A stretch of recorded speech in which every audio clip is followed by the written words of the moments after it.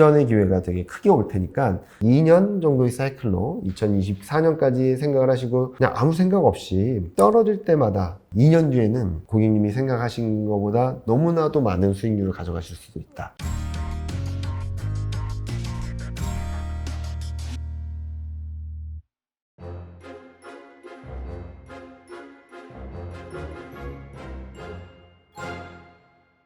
앞서서도 약간 좀 반등이 나온다라고 한다면 네. 뭐 인터넷이라든지 반도체, 네. 그다음에 2차 전지 이쪽이 좋을 수 있다라고 말씀하시면서 뭐 스코어링 매긴 게 네, 있다고 네, 말씀하셨잖아요. 그 부분을 좀 설명해 주시면 좋을 것 같아요. 자, 요게 뭐냐면은 업종으로 스코어링을 한 겁니다. 주가가 얼마나 떨어졌나. 많이 떨어질수록 점수가 높고요. 그렇죠. 실적 대비 주가가 얼마나 떨어졌나. 많이 떨어질수록 주가가 높고, 이익 안정성, 뭐 밸류에이션, 뭐 이익 모멘텀, 뭐 ROE 뭐 여러 가지들 해가지고 점수 해가지고 토탈 스코어를 냈더니 1등이 미디어 교육. 업종으로 미디어 봤을 때는. 교육. 왜냐면은 몇몇 교육업체랑 엔터업체가 폭락을 했었잖아요. 그 영향이 좀 크다라고 보고 있고요. 그 다음에 소프트웨어, 반도체, 건설, 제약바이오, IT 가전, 운송, IT 하드웨어. 보시면은 인터넷, 반도체, IT 가전하고 하드웨어는 2차 전지거든요. 아, 그쵸. 인터넷, 반도체, 2차 전지 요게 많이 포함되어 있고 건강관리. 최근 또 제약바이오도 좋은 모습을 보여주고 네, 있는데 괜찮더라고요. 제약바이오. 네. 그러니까 대부분 성장주 IT가 다 들어있어요. 자, 그러면은 업종은 이렇고 업종 상관없이 네. 그냥 KLX라는 인덱스 안에 들어있는 종목을 대상으로 같은 기준으로 점수를 내봤더니 이렇게 나왔어요. 이렇게 나왔는데 네. 제가 이거 처음 보고선 네. 이거 하는 친구한테 네. 이거 맞냐? 이거 맞냐? 진짜 맞냐? 왜냐면은 인터넷 2등 하는 기업이 1등이고 네. 반도체 1, 2위가 2, 3등이고 그리고 IT 하드웨어 1, 2등 하는 애가 5등, 6등, 10등. 그러니까 시가총액 최상위에 있는 종목들이 탑 10 안에 다 들어있어요. 완전히 그냥 그 패시브로 밀어버렸네요. 이런 거 네. 보니까 진짜. 패시브, IT, 성장주. 근데 제가 최근 7월 초를 지나면서 이거 반등 진짜로 나올 수 있겠는데라고 생각한 거는 여기에 있는 종목들이 올라오고 있다는 거죠. 지수는 불안정했는데 네네. 이 종목들은 반등하고 좀 쉬고 반등하고 좀 쉬고 이런 패턴이라서 저는 이 종목들이 전저점, 직전 저점을 깨고 내려가지 않는 한 기술적 반등 시즌은 좀 계속적으로 이어질 수 있다라고 말씀을 드리고 있고 만약에 트레이딩 관점에서 시장을 접근하신다거나 아니면은 10% 정도로 먹고 싶다라고 수익을 내고 싶다라는 분들은 이 종목들을 보시면 될 것 같고 네. 그리고 제가 2,500, 2,600선대에 사셔도 됩니다라고 말씀드렸던 종목들이 이들 종목들이에요. 그건 좀 많이 빠졌다는 것도 있겠지만 네. 기술적 반등 시도에서도 중심을 잡을 수 있기 때문에 이들 종목들을 갖고 계신 분들은 지금 팔기보다는 좀 기다렸다 파시면 손실을 최소화하고 어떻게 보면 수익을 내고 나올 수도 있는 구간으로 들어왔다라고 생각하고 있습니다. 그런 것들이 좀 종합적으로 감안해 봤을 때 좀 스코어링이 높게 나왔는데 저는 이런 것들은 아직까지는 보지 마시고요. 코스피가 2,600이 넘고 2,700 근처 갔을 때 통신이라든지 음식료라든지 이런 쪽을 보시면 좋은데 근데 저는 솔직히 개인 투자자분들한테 하락이 예상됩니다. 저기서 더 레벨이 떨어진다라고 하는데 종목을 하는 건 아니라고 생각하거든요. 오히려 채권 또는 달러. 네. 아까 말씀드렸죠. 1250원 정도까지 떨어질 수 있다. 그때 좀 사시면은 10% 정도의 상승 여력은 있다. 라고 말씀드리고 있어서 그때는 좀 종목을 투자하시기보다는 자산시장에 좀 안전자산에 좀 투자하시는 게 맞지 않을까라는 생각을 하고 있습니다. 확실히 그 따지면 약간 미국 국채도 괜찮을 수도 있겠네요. 왜냐하면 달러로 이제 투자를 하는데 또 이제 채권이다 보니까 금리 내리면 또 플러스 수익률 나니까. 좋은 생각이죠. 이게 직접 투자하는 길은 없어도 ETF로 투자할 수 있으니까. 맞습니다. 네. ETF 지금 많은 분들이 어떻게 투자해요? 라고 물어보시는데 ETF 잘 찾아보시면 웬만한 자산에는 다 투자할 수 있습니다. 원자재도 마찬가지고요. 다만 거래대금 거래량을 좀 보셔가지고 거래가 좀 활발한 종목들을 좀 위주로 투자하신다면 주식시장이 떨어진다고 해서 아이고 큰일 났네가 아니라 그러면은 주식시장이 이렇게 불안한데 좋아지는 건 뭘까? 좋아지는 자산은 뭘까? 올라갈 수 있는 자산은 뭘까라는 고민하시면 자산시장에 대한 공부를 조금만 하시면 주식시장 등락이 있을 때 주식으로도 수익을 낼 수 있고 그리고 다른 자산시장에서도 주식은 안 돼도 다른 자산시장을 통해서 수익을 낼 수 있는 구간으로 들어갈 수 있다고 보고 있죠. 알겠습니다. 뭐 어쨌거나 이제 3분기에 좀 반등이 나오면서 그동안 많이 빠졌던 우리 증시 같은 경우에도 어느 정도 좀 네. 반등이 나올 수도 있고, 뭐 약간 글로벌 분위기가 위험자산 선호 현상으로 쏠릴 수 있을지언정 결국에는 약간 전반적으로 경기 침체 구간으로 가니까 네. 그런 전반적으로 증시가 다 부진할 것으로 예상이 되는데, 그렇다면 약간 좀 그런 관점에서 상대적으로 뭐 미국 증시, 뭐 중국 증시, 한국 증시 그 세 개 중에서 어디가 좀 매력적일지 궁금하긴 하거든요. 일단은 네. 선호도를 따져본다면 저는 중국이 아, 제일 괜찮을 거라고 생각하고 있고요. 네네. 중국도 경기가 막 좋아지는 건 아닐 것 같아요. 지금은 경기가 둔화되는데 충격을 받았던 게 올라오는 정도의 그림인데, 돈을 일단 풀었으니까 좀 경기가 더 나빠지는 그림까지는 아닐 거라고 생각하고 있고, 그 다음에 한국일 것 같아요. 아, 그리고 그 다음에 좀 미국이지 않을까. 아 미국이 제일 안 좋을 거로 보세요, 그러면? 네. 어. 그러니까 제가 네. 여기 아까 보여드렸던 것처럼 여기 추세 반전을 말씀을 드리는데, 네. 23년 상반기를 지나면서 추세 반전을 말씀을 드리는데, 일단 통화정책 완화, 이건 미국 쪽 변수죠. 네네. 경기 턴어라운드, 경기 정점을 찍고 꺾이는 과정에 있어서 지금 가장 많이 빠지고 있는 게 한국, 중국 이쪽이거든요. 미국은 좀 올라가다가 지금 막 꺾이기 시작했어요. 네네. 좀 느립니다. 그리고 또 하나는 달러 약세예요. 아. 저는 내년 상반기를 지나면 달러가 좀 약해질 거라고 생각을 하고 있거든요. 아. 첫 번째로는 통화정책이 완화적으로 가면 유럽하고 통화정책 격차가 줄어들겠죠. 덜 매파적으로 가니까. 네. 그리고 기저효과를 감안해서 보면 내년 2분기부터는 미국보다 유럽 경제가 좀 더 좋은 구간으로 들어가요. 그러니까 진짜 유럽 경제가 막 좋은 게 아니라 유럽은 올해 3분기, 4분기 완전히 망가질 수도 있거든요. 저 러시아 그 이슈 네. 때문에 그렇죠. 그런 기저효과로 인해서 좀 착시라고도 볼 수 있겠지만 GDP 성장률 레벨로 놓고 본다면 내년 하반기에는 유럽이 더 좋아요. GDP 성장률이. 이런 구간으로 들어가서 통화정책, 경기, 달러가 좀 시장의 변곡점을 만들어주고 방향성을 만들어준다고 본다면, 달러가 좀 슬로해지거나 약해질 때 신흥국, 신흥아시아 쪽이 좋다라고 보고 있고요. 그리고 또 하나는 한국 같은 경우는 지금 뭐 여러 가지 논란이 있긴 하지만 중국에 대한 수출 의존도가 좀 낮아지는 건데 아세안 쪽의 수출 의존도가 높아지면서 네. 수출 구조가 다변화되고 있다는 점들도 좀 매력적인 부분이 아닌가라는 생각을 하고 있고, 또 하나는 한국은 작년 6월부터 조정받았습니다. 맞아요. 1년 됐어요. 저는 이렇게 긴 조정을 뭐 하긴 네. 2018년에도 그때 다 1년 반 정도. 1년 반 정도 하고 네. 2020년 3월까지 한번 생각을 해본다면 굉장히 긴 그럼 거의 2년 조정이었죠. 넘죠.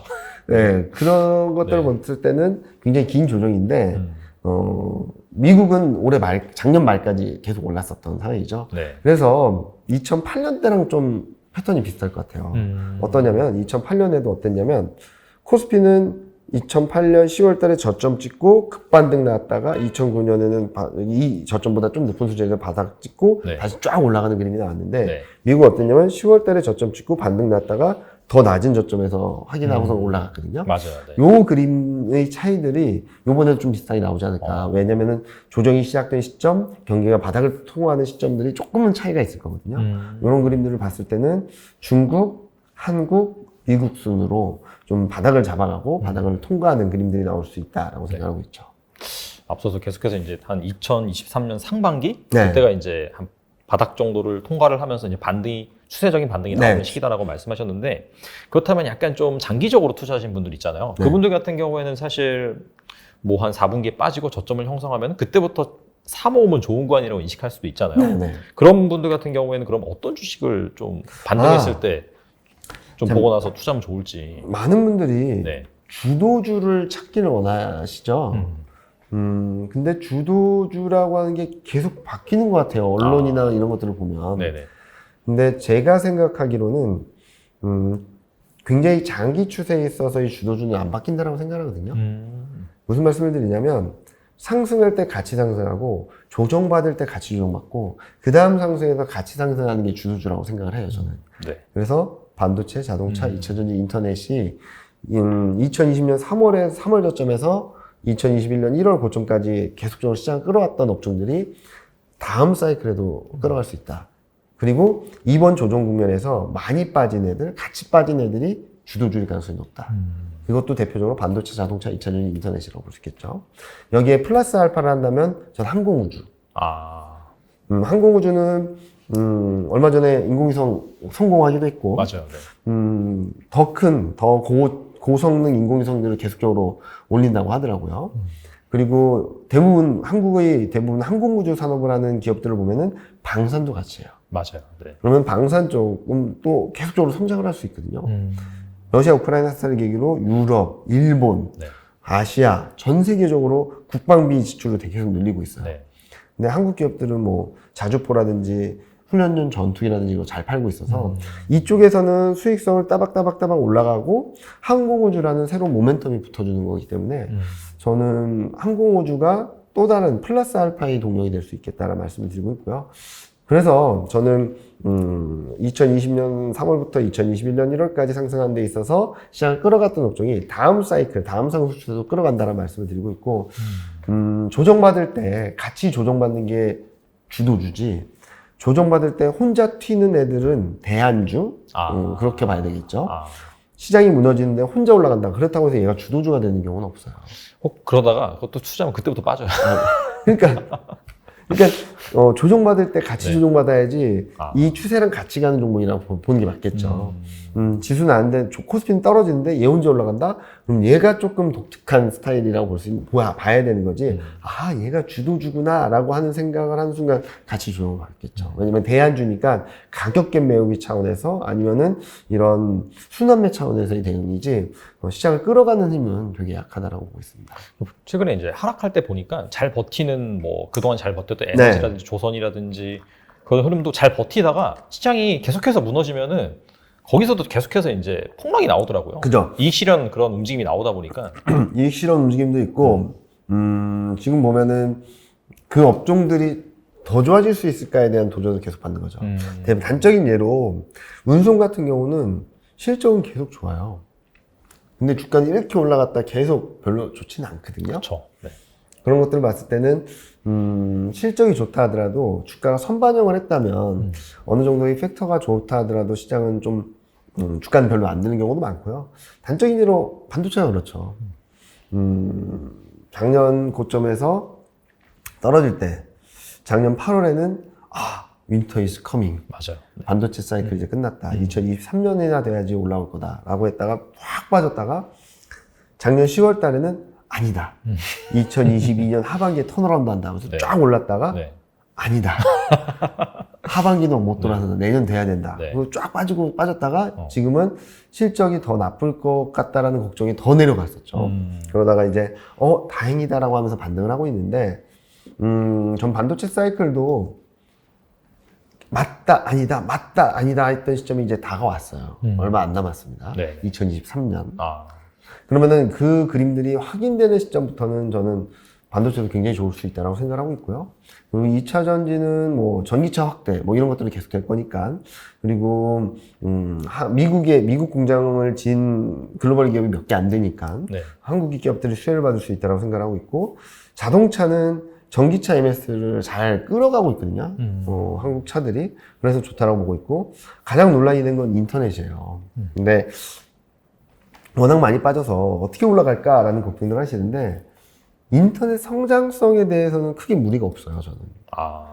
무슨 말이냐면, 인터넷은, 이 정도 성장을 할 거야 라고 생각을 했던 게, 코로나 때문에 아니야, 이렇게 성장을 할 거야 해가지고 주가가 이렇게 올라간 거죠. 그렇죠.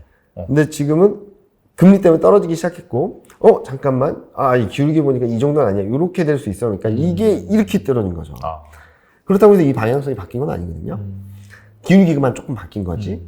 그래서 저는 이 정도 레벨이라면 여기서 더 떨어지기보다는 반등 시도를 하다가 등락을 보이다가 다시 그럼 제자리를 찾아가는 그림이 나올 거다라고 생각을 하고 있고, 이 과정에서 좀 더 성숙된 산업들을 진출하고 수익성들이 하나둘씩 잠재되어 있던 수익성들이 나오면서 이 기울기에 대한 부분들이 조금 신뢰도를 갖게 된다면 주가가 여기 떨어져 있던 것들도 빠르게 이 수준까지 올라올 수 있다고 보고 있어서 인터넷도 좋게 본다고 생각하고 있습니다.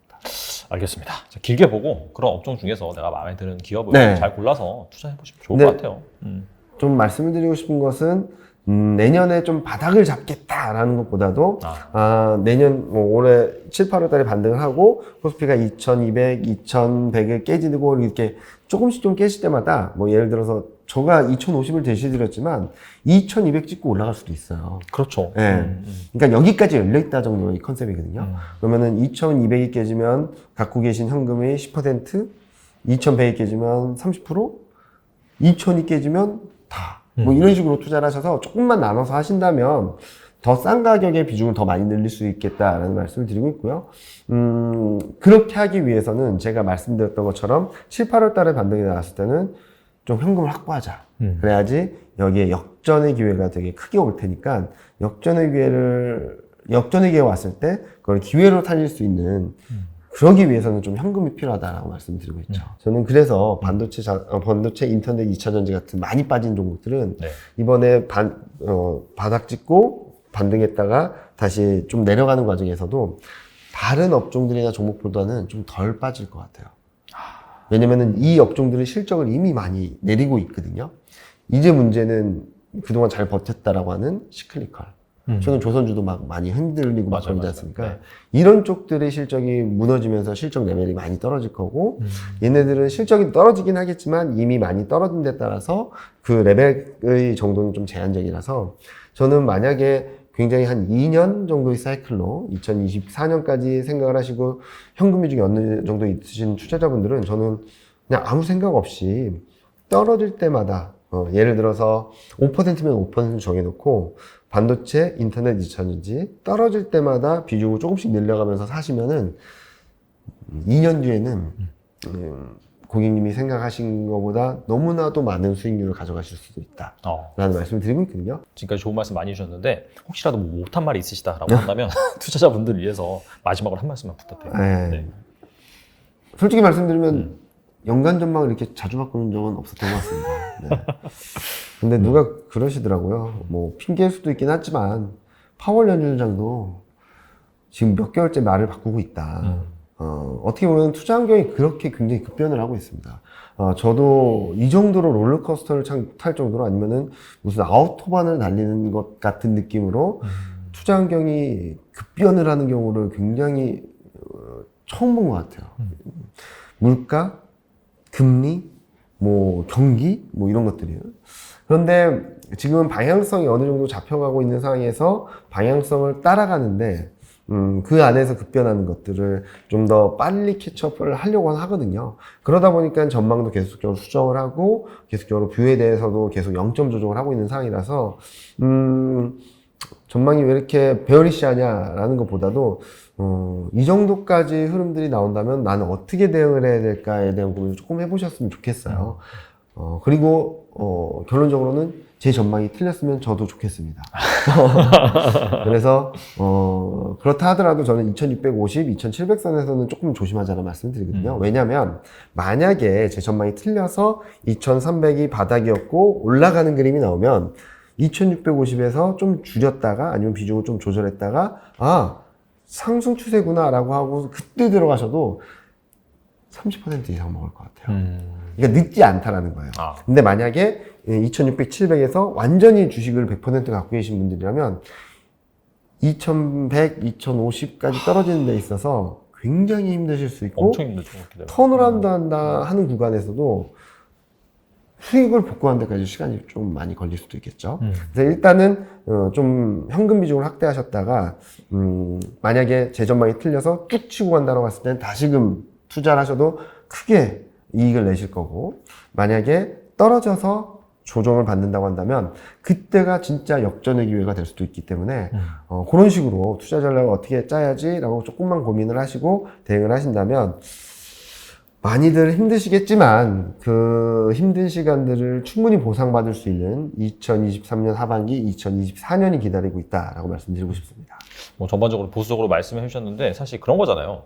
물론 이제 사람이 간사하다 보니까 내가 그냥 현금 많이 들고 있다가 내가 예상치 못한 상황이 발생을 해서 주가만 오르면 정말 배가 아파요. 그죠. 하지만 현실적으로 봤을 때 나 잃지는 않은 거거든요. 네. 그리고 이제 좀 덜 먹은 것 뿐이죠. 네네. 근데 반대로 사실 한 2000이 아니라 한 3300 고점에서 100%의 비중을 들고 있다가 지금 같은 하락장을 맞이했을 때는 마음도 아프고 복구도 사실 정말 하기 힘들 쉽지 거거든요. 않죠. 그래서 이제 장기적으로 봤을 때는 무엇보다도 잃지 않는 그런 네, 투자가 맞습니다. 중요하다 보니까 그런 관점에서 좀 리스크 관리를 하시면 좋을 것 같고 그 다음에 오늘 말씀해 주신 그런 부분 팀장님께서도 자기가 틀렸으면 좋겠다라고 네. 해주셨기 때문에 틀리게 된다면은 방금 말씀하신 그런 변수들이 있잖아요. 네. 그런 부분에서 분명히 변화가 있을 수가 있으니까 얼마 간다. 그것보다도 그 변수가 앞으로 어떻게 될지 잘 모니터링을 하시면서 여러분들이 대응하셨으면 좋겠습니다. 네. 네, 지금까지 이경민 팀장님 나와주셔서 감사합니다. 네, 감사합니다.